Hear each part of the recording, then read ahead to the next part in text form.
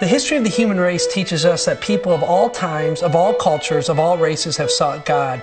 There just seems to be planted deep within the human experience this desire for something more, something different than this world has to offer.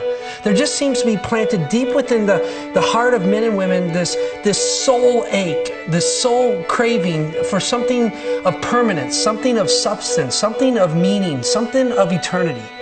This ache is so permanent and so basic to the human experience that many philosophers have compared it to hunger. Just as hunger of the stomach demonstrates the body's need for food, the soul cravings, this hunger of the spirit, demonstrates that man was created to live with God. But of course, there are some who deny this hunger. They deny this need for spiritual sustenance in their life. But just like with food, if you deny it long enough, if you don't get it, if you push it away, if you run from it long enough, your body begins to decay and eventually you die. And it's the same way with this soul's starvation. It eventually leads to decay. It leads to a loss of purpose and hope and meaning for your life. And eventually it leads to this eternal separation from God, this lostness for all of eternity.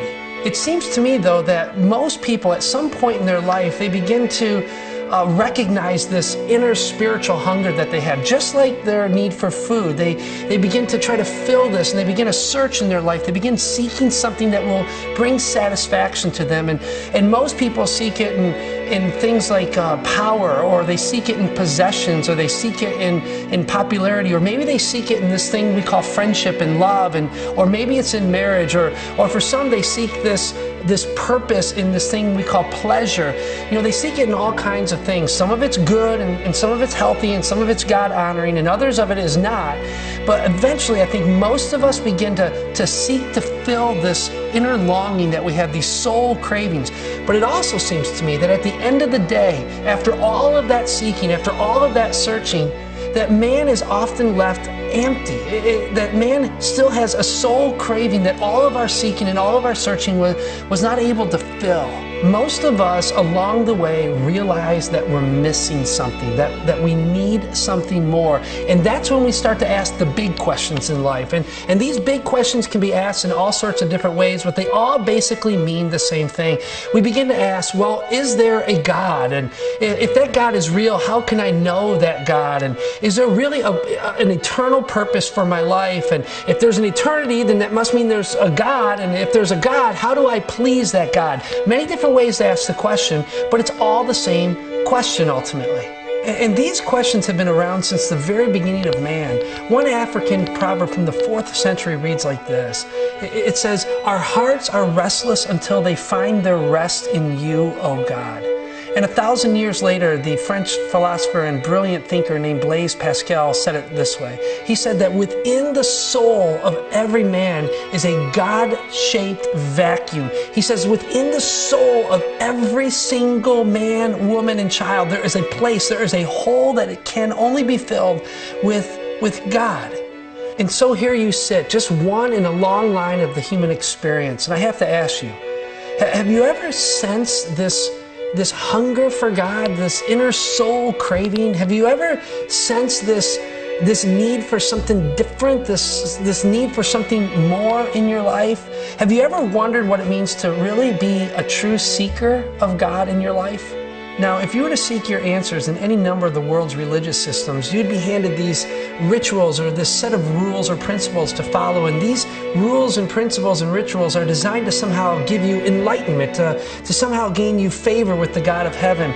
Whether complex or simple, whether right or wrong, these rituals and rules are designed to somehow unlock the gates of heaven and to drop the barriers that exist between God and man.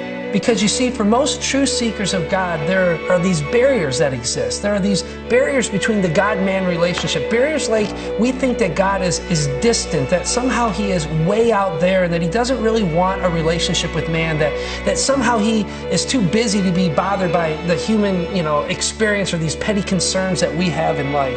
Another barrier that exists between God and man is this idea that many of us have that we have an unworthiness to know God, that we have this sin in our life that keeps us separated from God. And we begin to think that if there is this God, that He must be perfect. He must be huge. After all, he created the whole universe and he runs the whole show. So if there is this God, we most certainly have no right to have a relationship with him, that there's just no way that he is going to accept us because we're full of sin. Most of us realize somewhere along the way that we have a blackness of soul that is somewhere down within us, and that keeps us distant from God. We know this. We realize this about ourselves. Some of the great seekers of the ancient past knew this feeling all too well. Writers of the Old Testament scripture like Habakkuk once reflected with these words, "Your eyes are too pure to look on evil. You cannot tolerate wrong." And King David said it like this, "You are not a God who takes pleasure in evil. With the wicked you cannot dwell." And isn't it the way that you feel sometimes, that you're just this mass of conflicting desires, that part of you wants to seek after God and to know God, but at the same time you feel within you that God is remote, that God is distant? Well, religion wants to overcome this distance. Religion has this desire to somehow bridge the gap between God and man, that it can somehow overcome man's unworthiness or sinfulness. And how does religion do this? By claiming that we get God's attention by making costly sacrifices and by making gifts laid on the altars of life, right? That religion claims that by following rules and rituals that somehow these sacrifices will gain God's favor. And this seems to be a universal effort. It knows no boundaries. It's been throughout human history that men have sort of tried to work their way to God. They've tried to figure out a way to please God through sacrifice, through religious behavior. As a matter of fact, when you begin to think of people who have tried to earn their way to God, or when you think of people who have tried to find some sort of holiness through sacrifice, you begin to think of men like these. These are what are called holy men in India. They radically renounce the world in order to focus entirely on higher reality beyond. They abstain from things like sex, cut off family ties. They have no possessions, no house. They wear little or no clothing. They eat little or very simple food. Usually they live by themselves on the fringes of society. They're considered outcasts by many, but they're also considered holy men. Some perform these magical rituals. Some perform these incredible sacrifices in order to make contact with the gods. Others practice intense forms of yoga or meditation to increase their spiritual power or to acquire mystical knowledge. For most of us, that's hard to comprehend, but what's almost unimaginable are the extreme self-mortifications that a number of these holy men do in order to speed up their enlightenment. Listen to this. There are holy men who literally keep their right arm straight up in the air until it degenerates into some kind of stick. Some people never even sit or lie down for years and years on end. As a matter of fact, many of these men take vows of silence that last years, or they wear a chastity belt forever. And some even fast for months and months on end, multiple times a year. Why? All so they can be holy, so somehow they can bridge the gap between God and man. And it's not just those weird religions way over there. Even in the Christian faith, there are those who think that extreme sacrifice or ritual will somehow bring them closer to God. For example, in the Philippines, there are Christians who believe that by performing literally a crucifixion, a human sacrifice, not unto death, but to literally go through a crucifixion, that somehow because of their great sacrifice, Jesus will look favorably upon them and their families and their villages.